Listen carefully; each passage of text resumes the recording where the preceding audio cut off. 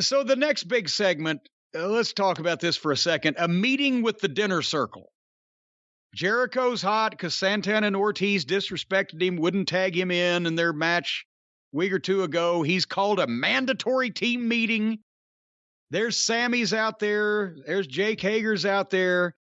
And they and Jericho are the ridiculous faux biker gang outfits with the pleather vests with somebody flipping a bird and on a patch on one of them. And Hager's wearing a biker gang pleather vest with high water sweatpants.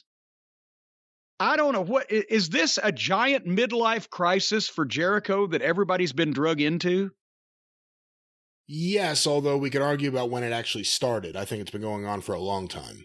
But does he think they look like the Hells Angels or what? They look ridiculous. They don't look as ridiculous as he does. I don't know. Go back and look at Hager's pants. Well, Hager's been dressing like a golf dad since episode 1 of Dynamite. Yep, he's wearing the pants meant for a person a foot shorter than he was. What was that all about? Anyway, Santana and Ortiz come out, and Santana did a great job. Told Jericho he's the one that's been holding him down, that he only cares about himself. They don't want to play second fiddle anymore. It was a babyface. Even though Jericho is talking to them like they're the heels and he's the babyface, they're actually the babyfaces. They're in the right. The things that they are saying are true. And the people want, apparently, them to fuck off out of the dinner circle. So, anyway, Santana cut the good promo, and he told Jericho to thank Ortiz for talking him out of dropping him a long time ago because they want to be the tag team champions. Jericho got in, hey, I'm the influencer, because GFY worked out so well for him. He's just fucking... Moxley came in and wiped his fucking ass on Jericho's new trademark before Jericho was even seen on that program. So now he's trademarking the influencer. And Jericho tries to tell Santana and Ortiz all the things that he's done for them. They're the ones that lost to the Young Bucks. You're trying to get a tag team over, so you want to remind people that they got beat by 2 middle schoolers. And he says maybe he invited the wrong people from LAX. Should have been Homicide and Hernandez. And Santana snatches him by the throat. And then Sammy breaks it up. You want to know what I wrote right then, Brian? No. Oh, yes, I do want to know what you wrote right then. You stooged yourself. No, I actually do want to know. No, you don't. We know that now, but I'm going to tell you anyway. I wrote, can this please fucking go somewhere? Yeah. So then Sammy tried to be the voice of reason, and finally he took off his vest and said, unless they figure all this shit out, he had to get the word shit in, he's quitting and he walks off. Now Ortiz is on Jericho defending Eddie Kingston. And he says, let me give a little history lesson. And I wrote, oh, God, don't. How far are you going to go back? But the history lesson he gave was a challenge for a tag team match next week, Santana and Ortiz against Jericho and Hager. And Jericho agrees to it, and then he threatens he's going to have to make changes. Hopefully they can dissolve this past its expiration date group so that the people in it besides Jericho can have a chance to prosper a little bit.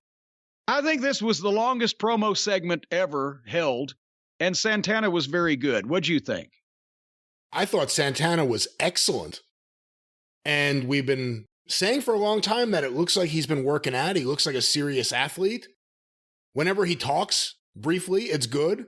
We actually got to hear him here, and he sounded like a legit guy. You believed him. And even little things like turning to the camera when Jericho said something outrageous, almost like he had to laugh and he wanted to look at the audience like, you got to be saying this too. This is ridiculous. You know, there are elements of this, and it did run long. There are elements of this, though, that I thought were maybe the best Chris Jericho work in a while. Because we know Chris Jericho is always looking for a way to get himself over. And boy, a biker vest and Botox certainly don't go well together. But I think Chris Jericho may have seen some of the reaction Cody's getting and how they're pussyfooting around. He's like, oh, I'm going to take this and go all the way with it. I'm completely out of touch. And I'll show you how out of touch I am. I haven't held anyone back.